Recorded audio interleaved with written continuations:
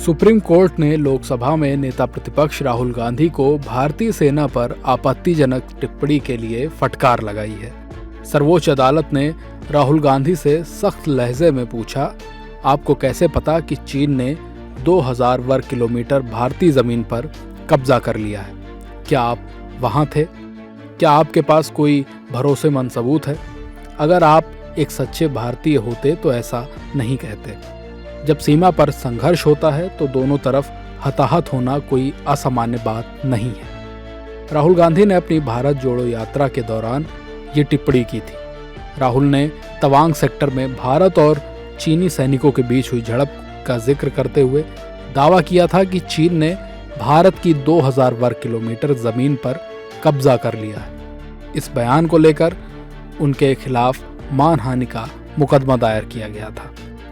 Supreme court की टिप्पणी के बाद बीजेपी ने राहुल गांधी पर निशाना साधा है। बीजेपी ने कहा कि राहुल गांधी चीन और पाकिस्तान की भाषा बोलते हैं। हमने देखा जिस प्रकार से राहुल गांधी लगातार बिना किसी एविडेंस के, बिना किसी साक्ष्य के लगातार बोलते रहे कि चीन ने भारत की जमीन को हथियाया है।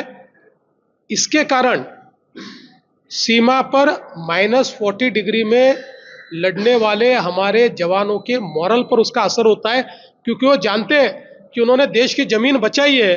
और वहीं देश के इतने बड़े नेता इस प्रकार का झूठा बयान देते हैं।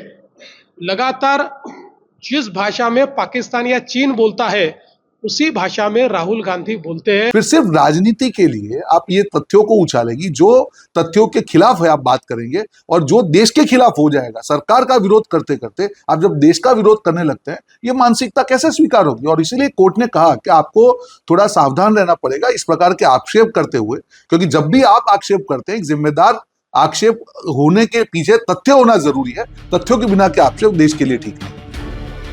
वहीं कांग्रेस ने सुप्रीम कोर्ट पर ही सवाल खड़े कर दिए हैं। उदित राज ने कहा है, क्या अब राहुल गांधी को सुप्रीम कोर्ट से परमिशन लेनी पड़ेगी कि उन्हें क्या बोलना है? इंडी गठबंधन के अन्य नेताओं ने भी उनके सुर में सुर मिलाए। राहुल गांधी जी को सबक लेने की जरूरत ही नहीं। सुप्रीम कोर्ट ने गलत कहा है। क्यों नहीं? वो देश की मामला है तो एक पॉलिटिकल पार्टी का काम है और नीति बनाना, और सुप्रीम कोर्ट का काम है जो नीतियां बने उसका इंटरप्रिटेशन करना, उसका व्याख्यान करना। और मैं फिर से कह रहा हूं कि सुप्रीम कोर्ट के जुरिडिक्शन में ये चीज नहीं है, और सुप्रीम कोर्ट ने अपने जुरिडिक्शन को लांघा है। नहीं, सुप्रीम कोर्ट को कहना ही नहीं चाहिए, गलत कहा है सुप्रीम कोर्ट। अब राहुल गांधी जी क्या बोलेंगे क्या नहीं बोलेंगे, सुप्रीम कोर्ट से परमिशन लेना पड़ेगा। मैं कहाँ बात करना चाहिए ये अब सुप्रीम कोर्ट मुझसे कहेगा क्या? तो मेरे बोलने का जो आजादी मुझे संविधान ने दी है वो भी छीन लेगी क्या? तो ऐसा बोलो कि तुमको बात करनी है तो सिर्फ ये स्टेज पे बात करो, वो स्टेज पे बात मत करो। और अरुणाचल प्रदेश में कितने गांव के नाम बदले गए, तो क्या हम बदले गया वहां पे जाके? ऐसा है कि मुझे मालूम नहीं सर्वोच्च न्यायालय क्या है, मैं उसमें सर्वोच्च न्यायालय के ऊपर टिप्पणी नहीं करना चाहूंगा। लेकिन गलवान वैली में जो हुआ कि नहीं हुआ, उसकी जांच सुप्रीम कोर्ट नहीं करनी चाहिए। हमको क्यों कहते कि तुम पुख्ता सबूत दो? सियासत और अदालत के बीच फंसी इस टिप्पणी ने एक बार फिर अभिव्यक्ति की आजादी और राष्ट्रहित के दायरे पर बहस छेड़ दी है। अब देखना है कि सियासी गलियारों में यह मामला कितनी दूर तक गूंजता है।